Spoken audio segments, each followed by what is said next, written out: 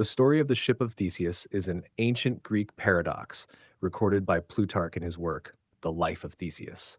In the story, Theseus, an Athenian hero, sailed a wooden ship that was later kept as a monument to his legendary deeds. Over time, the wooden ship began to decay, so its rotten parts were replaced one by one until virtually no original component of the ship remained.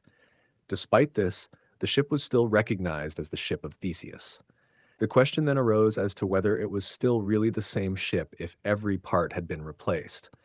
The problem was only compounded when it was suggested that someone could rebuild Theseus' ship from the original discarded parts. Now, there would be two ships, one of new materials, the other from the original eroding pieces. So, which ship was the true ship of Theseus?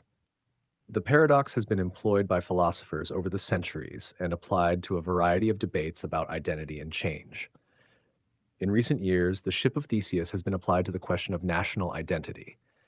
If a country's defining people group is gradually replaced over time, whether through migration, demographic shifts, or other means, in what sense is it still the same nation? As a nation's people change, so too do its cultural practices, heritage, values, and traditions. And yet the country remains still recognized by its same name and same borders. But in what sense is it still the same nation? Where is a nation's identity found? If not in its defining people and their culture, then where? Its institutions, its geography, its name? Just like the ship of Theseus, a nation's identity can be questioned when its foundational elements change. And as Western nations continue to undergo significant demographic shifts, it's a question worth asking again today.